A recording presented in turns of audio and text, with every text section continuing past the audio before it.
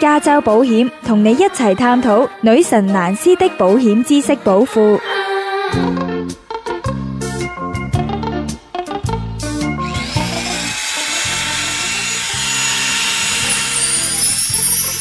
泰山，你真係一個好業主喎，裝修好晒間屋先租俾人住。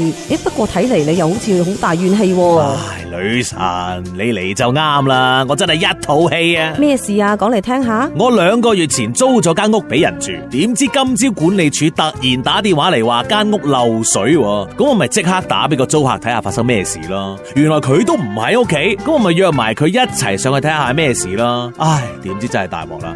間屋水浸到全屋都係，我要個租客賠翻俾我啊！你冷靜啲先，首先你要搞清楚究竟係咪個租客疏忽，定係其他原因搞到水浸先。咁如果真係因為個租客疏忽而搞到水浸，咁佢就真係有機會要負責賠償翻你屋裏邊嘅損失嘅。咁你有冇買到家居同樓宇保險啊？我咁醒啊，梗係有啦。哦，如果你有買到家居同樓宇保險，咁你可以睇翻張保單嘅保障範圍，例如有冇保電器損毀、清理家居費用、天花、地板損毀等等。而家好多保險公司都有提供家居同樓宇嘅全保，保障範圍咧好全面嘅。咁如果損毀證實真係你個租客唔小心引致嘅，保險公司賠償咗俾你之後咧，有權去追翻你個租客噶。哇，咁我而家個心都定啲，今次裝修嘅錢起碼有得補啊！不過啱啱個租客打翻俾我，話唔關佢事，係個水龍頭突然壞咗，漏晒啲水出嚟，仲話我係業主，有責任承擔所有損毀咁話，仲話家陣啊間屋住唔到啊，要搬去酒店住啊，用多咗錢啊，但係租約又未斷啊，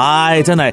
女神啊，你教我而家點做啊？咁如果你水浸嗰單嘢唔係因為你個租客疏忽，而係調翻轉係個水龍頭喺冇任何先兆嘅情況之下突然咁壞咗而造成嘅，咁你份業主責任保險呢都有機會幫到手啦。不過一般業主責任保險呢係只會保業主導致第三者嘅損失而作出賠償嗰個責任，而唔會保障業主你自己本身嘅租金損失嘅。咁當然啦，你都要睇翻你自己張保單嘅條款。咁如果你張保單真係有保埋租金損失呢，咁只要你證明到物業係因為意外損毀而租唔到俾人住，搞到你有損失，咁你就可以 claim 啦。好彩有你咋，女神，個心即刻定翻晒。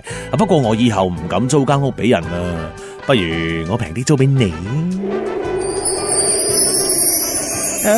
女神，你唔租我間屋啦？女神蘭斯的保險知識寶庫係由加州保險特約贊助播出。